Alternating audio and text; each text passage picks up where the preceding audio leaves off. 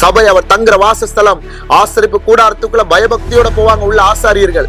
இன்னைக்கு துணிகரமா எல்லா அரசியல்வாதிகளும் மேடையில தான் இருக்கிறாங்க. கேட்டா நாங்க அவங்களை ஆதாயப்படுத்திக் கொள்றோம் பாஸ்டர். ஏசப்பா அப்படி எங்க ஆதாயப்படுத்தினாரு?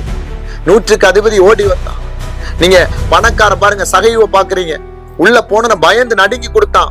இன்னைக்கு நீங்க எல்லாம் யாரை கூப்பிட்டு இன்னைக்கு அவங்கள பெருமைப்படுத்தி செய்றீங்களோ அவங்க திரும்பவும் தன் பாவத்துலதான் போறான்னா அப்ப நீங்க தான் கணக்கு கொடுக்கணும் ஆண்டவருக்கு. இன்னைக்கு பாருங்க, ஜனங்களை இன்னொன்னு ஏமாத்துற வழி எப்படி தெரியுமா? அவங்களுக்கு நன்கொடை வணங்குறது. அப்படின்னா ஏதோ ஒரு மீட்டிங் ஒண்ணு போடுறோம், போட்டு அவர்களுக்கு பரிசுகளை கொடுத்து ஆதாயப்படுத்துறோம். சத்தியத்தை கொடுத்தல்ல, இன்னைக்கு தேவனுடைய வார்த்தையை கொடுத்தல்ல, பாவத்தை கொடுத்தல்ல, நீதியை கொடுத்தல்ல, அவன் துணிகரமான காரியத்தை விட்டு வெளியில கொண்டு வர்றதுக்கல்ல, பரிசு பொருட்களை கொடுத்து இன்னும் பாவத்துக்குள்ள நம்ம அவங்களை அனுப்புறோம். கேட்டா அதுக்குன்னு ஒரு ஆண்டு விழா, அதுக்குன்னு ஒரு போஸ்டர், அதுக்குன்னு ஒரு நடைமுறை. இன்னைக்கு சில போஸ்டர்கள் எல்லாம் பாருங்க, இன்னைக்கு மீட்டிங் போஸ்டர் எல்லாம் பார்த்தா அதுல யாரை பிரியப்படுத்துனதே தெரியல. ஏன்னா அவங்க போட்டோக்கள் தான் இன்னைக்கு பெருசா இருக்கு, அவங்க செய்யற நன்கொடைகள் தான் பெருசா இருக்கு. ஆனா வசனத்தை பாத்தீங்கன்னா ரொம்ப ஷார்ட்டா போட்டிருப்பாங்க, வசனம் கண்ணு கூட தெரியாது. ஆனா இதை வைக்கிறதுக்கு கிருபை யார் பாராட்டினா அந்த வார்த்தை தான் கிருபை பாராட்டுச்சு. இன்னைக்கு நிறைய போஸ்டர்கள் வசனங்கள் இல்ல, தங்களுடைய பேர்கள், பட்டம், பதவிகள். அது போல இன்னைக்கு பாருங்க, தங்களை மேன்மைப்படுத்த என்ன செய்ய முடியும்?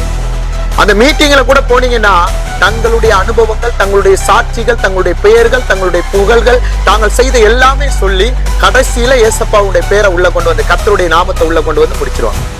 வந்தவங்களுக்கு என்னன்னு தெரியாது, அதுல ஏன் நடத்தணும்னு தெரியாது. ஆனா போகும்பொழுது ஒரு கிஃப்ட் பேக் இருக்கும், அது மட்டும் தான் அவங்களுக்கு ஞாபகம் இருக்கு. அது கொஞ்ச நாள் போனா இருக்காது. சத்தியத்தை உள்ள கொடுத்தா தான் வசனம் அவனுக்குள்ள ஊறி இருக்கும். வார்த்தை தான் என்ன செய்யும்? கட்டப்படும்.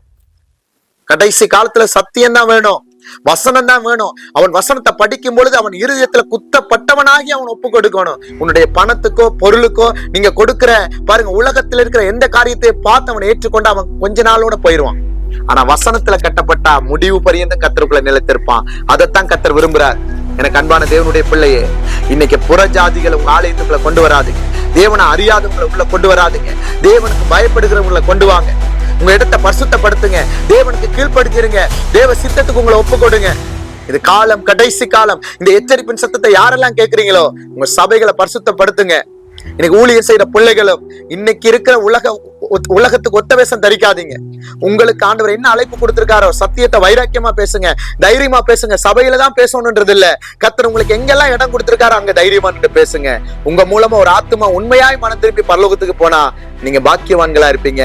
கர்த்தர் உங்க மேல சந்தோஷமா இருப்பார். ஏன்னு தெரியுமா? மனுஷருக்கென்று ஊழியம் செய்யாமல் கர்த்தருக்கென்று பயந்து ஊழியம் செய்யுங்க.